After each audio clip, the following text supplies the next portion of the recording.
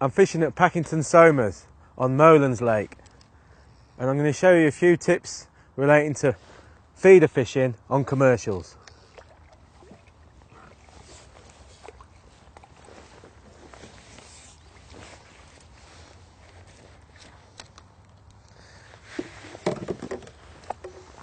It's a nice small tench.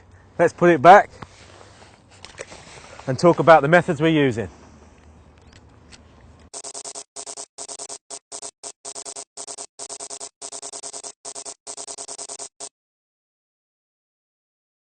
I'm often asked how to approach a commercial such as this with the feeder.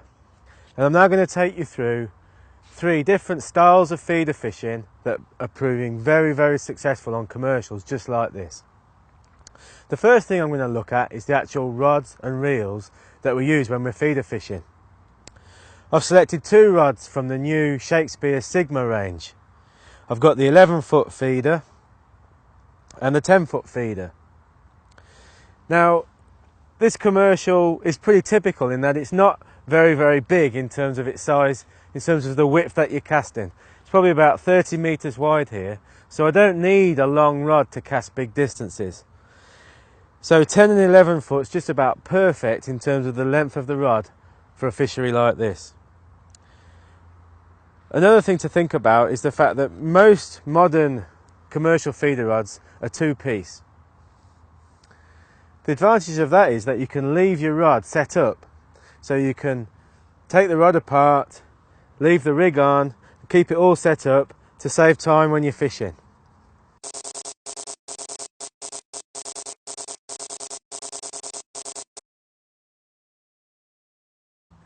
The 10-foot feeder is supplied with 2 different tips.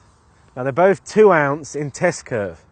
The test curve is the amount of weight taken to bend the tip by 90 degrees. And you also need to think about the material used in the tip construction. This rod's supplied with 2 tips, as I say. One's made from glass and one made from carbon. Well, the 2 different materials in the tip will provide 2 different actions. And a glass tip like this one will provide a much more progressive action that's softer, which is better for when you're looking for more sensitive bites. The carbon tip typically has a faster action, so it bends more at the tip, and is better when you're looking for positive pull round bites and to enhance the bolt rig effect. So it's nice to think about the 2 types of tip construction that you're using. On the 11-foot feeder, this rod's actually supplied with 3 tips. You've got an 1.5 ounce glass tip, a 2 ounce carbon tip and a 3 ounce carbon tip.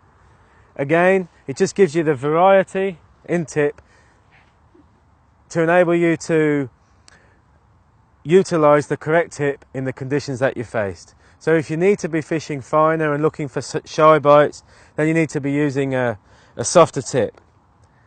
When you're casting with a method feeder and you don't really need that sensitivity in the tip, a stiffer tip like this 3 ounce carbon tip will be the choice, the perfect choice.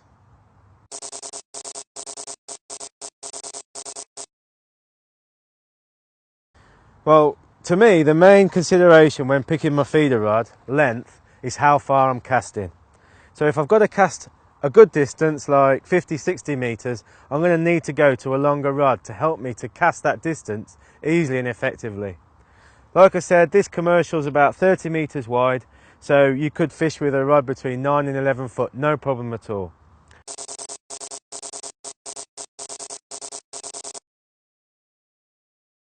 The handle length is another key consideration to think about, and you'll notice that on the shorter feeder rods, the actual handle length is shorter to balance perfectly with the length of the rod. Because you're not having to cast a long way and leverage a lot of power in the cast, you don't need a long handle. It's nice to have a shorter handle because it's just more convenient, more comfortable to use. It's easier to pass around your body, particularly if you're catching lots of fish quickly. So, in answer to the question, a shorter handle's better at shorter distances, a longer handle's better at long distances.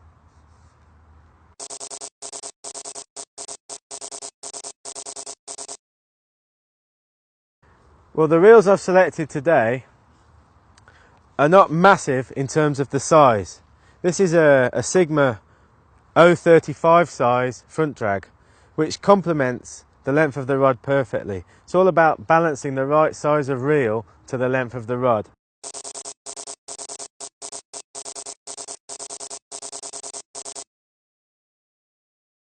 Well, these Sigma reels are supplied with two handles. You've got a double handle, as you can see here, but you've also got a single handle. Now, it's pretty much down to personal preference which handle you use. I like a double handle, especially when I'm feeder fishing or ledgering, because it means that I can set the tip, everything perfectly, but have the instant anti-reverse off. So I can back wind if I hook a fish. And the double handle balances it perfectly. A single handle is prone to falling backwards or forwards. A disadvantage of using a double handle is you don't get as much leverage as what you do with a single handle. So if you're looking for maximum power, maybe if you're casting longer distances and you've got to reel in a long way, a longer single handle would be more beneficial.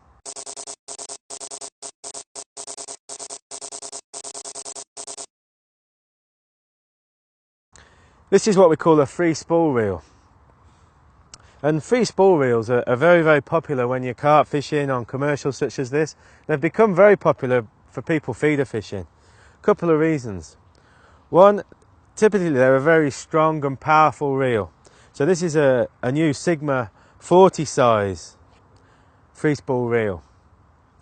The second advantage is you can actually have the reel set in the free spool mode so that the reel will give line when you set it at the start. So as the cart runs or as the fish runs, the reel will give line. Then when you pick the rod up to engage, you turn the handle and then you're back on the standard drag. So it's a free spool facility that's very, very useful when you're fishing for bigger fish. Maybe you're waiting longer for bites, or maybe even if you're fishing with two rods, just to enable you the time to pick the rod up and allow the carp or the big fish to run.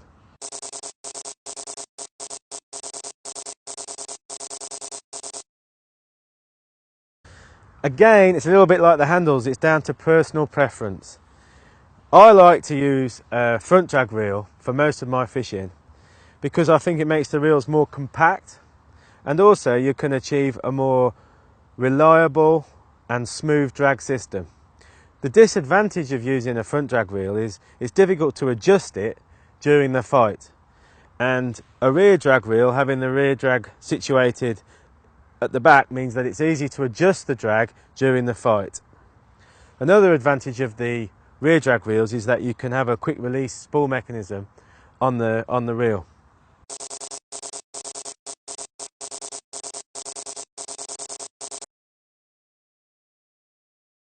Okay, well, obviously main lines are a really important consideration. I've spooled these two reels up today with 5-pound line. Now, as I'm not catching specimen size carp, I'm catching good carp up to 8 pound hopefully. I don't need to go too heavy on the main line. And the line I've actually selected is this Berkeley Trilene Sensation feeder. And that's got a diameter of 0.20 millimeter. So it's got quite a fine diameter for its quite high breaking strain.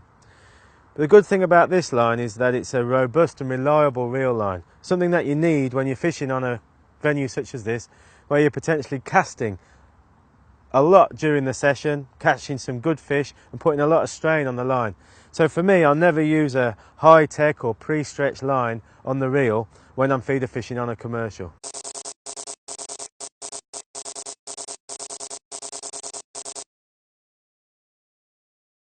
If I was expecting to catch bigger carp and maybe I was fishing with a method feeder predominantly, I'd use a higher breaking strain line. I wouldn't personally go above 8 pound breaking strain or diameter 0.28 when I'm fishing on a commercial such as this. The minimum breaking strain I'd go would be, I wouldn't probably go below 3 pound. There's just simply no need to, because the fact you're going to be able to perhaps catch the odd big fish even in hard conditions, you need to have that strength in main line. You're not going to benefit from going too fine. In fact, you probably end up losing the fish.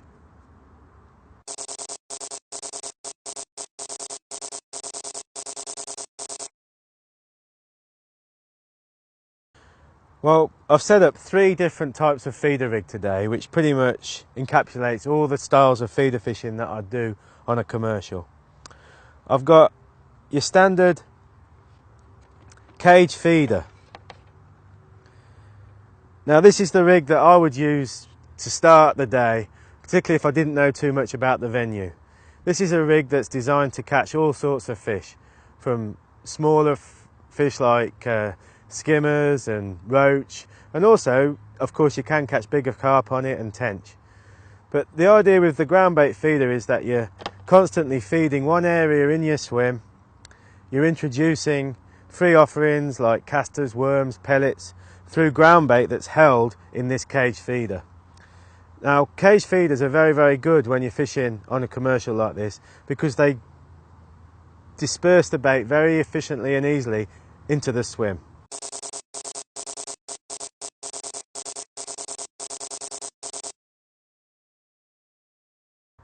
You've got to dictate actually where you fish in your swim depending on a few different factors, such as the time of the year. Is it warm like it is now in the summer, or is it cold in the winter? Are the fish going to be in the shallower water? Are they going to be against the cover, or are they going to be in the open water where the water's deeper?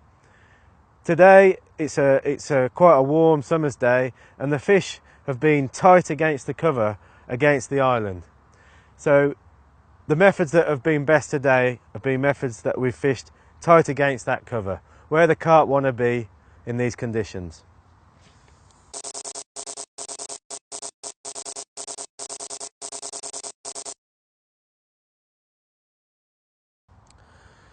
Well, the method feeder is a rig that's been developed and refined over recent years, and it's become so effective for catching carp and tench and bream in venues such as this commercial. Now the main thing to consider about it is the fact that the bait and ground bait that you're feeding is incorporated together in one small ball on the method feeder. The big advantage of that is that you're using a short hook length with a hair rig that means that it's a self-hooking rig. So basically the fish is coming in on that parcel of food and taking your hook bait and hooking itself. So it's a very, very efficient method and style of fishing. A few things to think about when you're looking at methods. As with everything else in fishing, there's a multitude of different feeders to choose from. You can basically break it down into 2 versions. The fixed and elasticated type, like this one. The elastic's there to help absorb the lunges of fish while you're playing them. Obviously the bite can be pretty vicious as the carp hooks itself, and that cushion from the elastic proves to be very, very beneficial. And then you've got the inline feeder, method feeder, like this one. So you haven't got the elastic in the middle, but you've got your main line going through the feeder, and then you've got your hook length coming out the bottom. So you've still got the same bolt effect, but you haven't got the cushion effect of the elastic. The reason that you'd use this over an elastic is, on some venues, the fixed and elasticated method is actually banned. Another thing to quickly mention is the use of these method molds that have evolved. And they mean that it's much easier for beginners, especially beginners, to be able to make the method ground bait package as efficient as possible. So it's much easier to do. So that's just a few things to think about when you're method feeder fishing.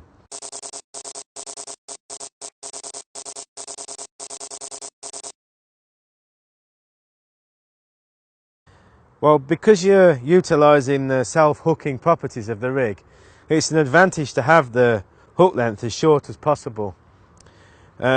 Some fisheries restrict that length, so you have to fish over 10 inches or 6 inches or whatever those rules stipulate. But generally the idea is that you incorporate your hook bait into the feed on the method. It just makes it such an efficient way of fishing. Another advantage is that when you're casting close to far bank features such as these reeds, you can actually almost cast the feeder into the reeds or just catch the reeds and you won't get hooked up. So that's a good advantage. Sometimes it is an advantage to actually leave the hook bait away from the feeder. Maybe if the fish are feeding really well and you're catching a lot of fish, or if you just want that little bit of a drop, a natural fall of the hook bait whilst the feeder's settling. It's something that can work on certain days, but for the bulk of the time you're going to be fishing with the hook bait incorporated into the ground bait.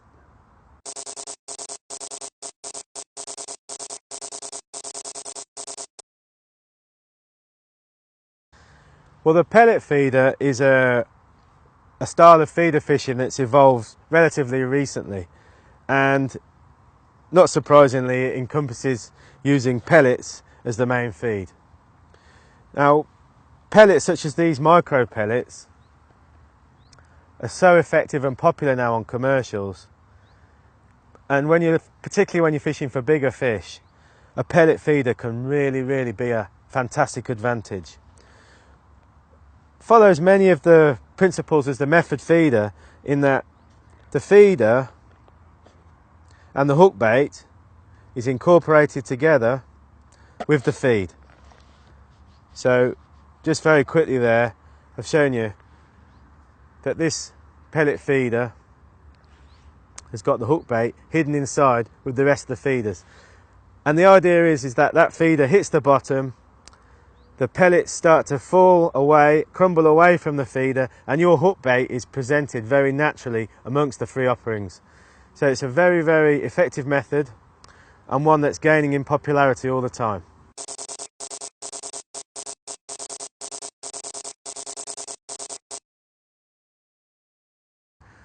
Well, there's a variety of different hook baits that you can use in conjunction with the pellet feeder and the method feeder. I've narrowed it down to 4 or 5 favourites. The first one to talk about is mini boilies. In this case, these are 8mm boilies. I've got some fish meal based standard boilies here, and some sweeter white chocolate flavoured boilies, just to give me a difference in bait. I've also got some soft pellets.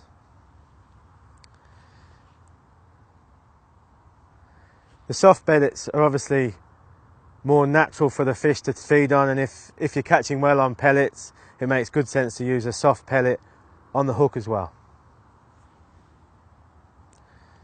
Finally, I've punched some meat using a meat punch.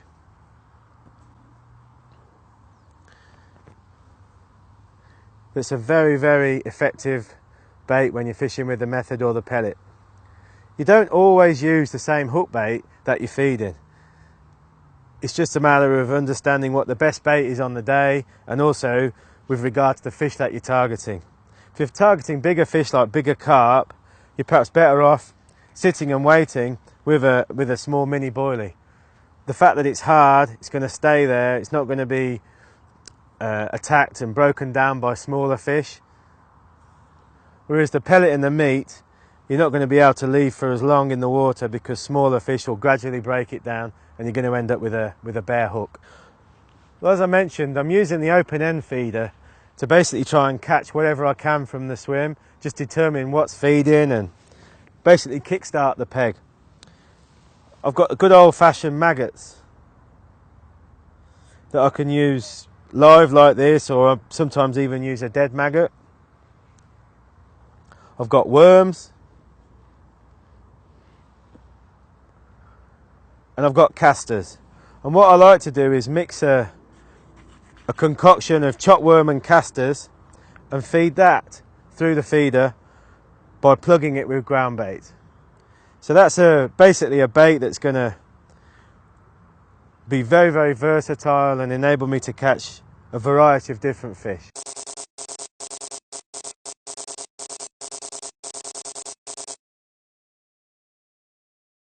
Well, nearly all the baits that we use on these rigs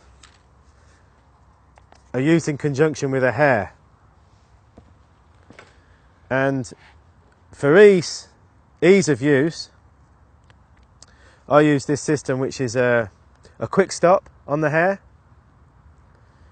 and you have the quick stop needle, and basically you simply push the quick stop through the bait, flick it back, and you've got the bait hooked perfectly onto the hair.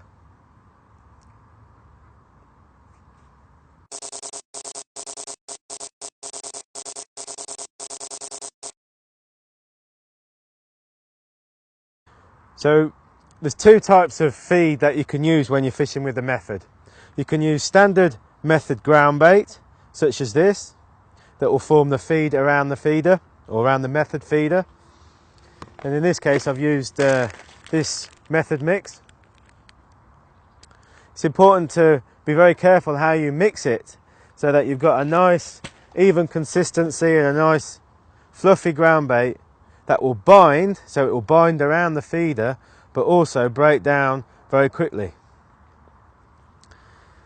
You can also use dampened pellets and mould those onto the method feeder.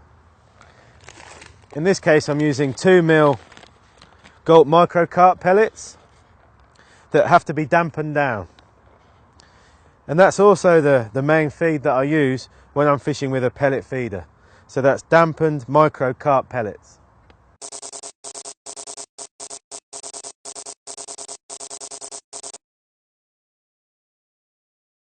One final tip to think about when you're feeder fishing on a commercial like this is the angle of your rod rest. So as you can see, especially when I'm casting this pellet feeder tight to the far bank, I want to be able to put the rod straight down onto the rest.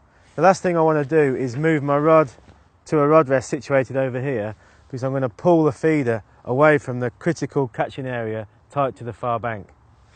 So that's an important point to think about. You'll also notice that I'm clipped up, so I've got the line at a fixed distance to keep consistently landing it in the same spot. And the nice advantage of having the rod rest like this is that as the line sinks, I can gradually tension up to the feeder, being careful not to move it away, and it means that I've actually got a couple of turns of line on the reel before I hit the clip. So if I do hook a big fish, I've got time to try and get it away from the far bank and even undo the line from the clip if I need to. So there you go, that's a great mixed bag of fish taken on the three different styles of feeder that I've shown you. So the pellet feeder, the standard ground bait feeder, and also the method feeder. So I've caught some nice carp, I've caught some F1 carp, some tench, some skimmers. What a fantastic net of fish, and what a great method on commercials such as this.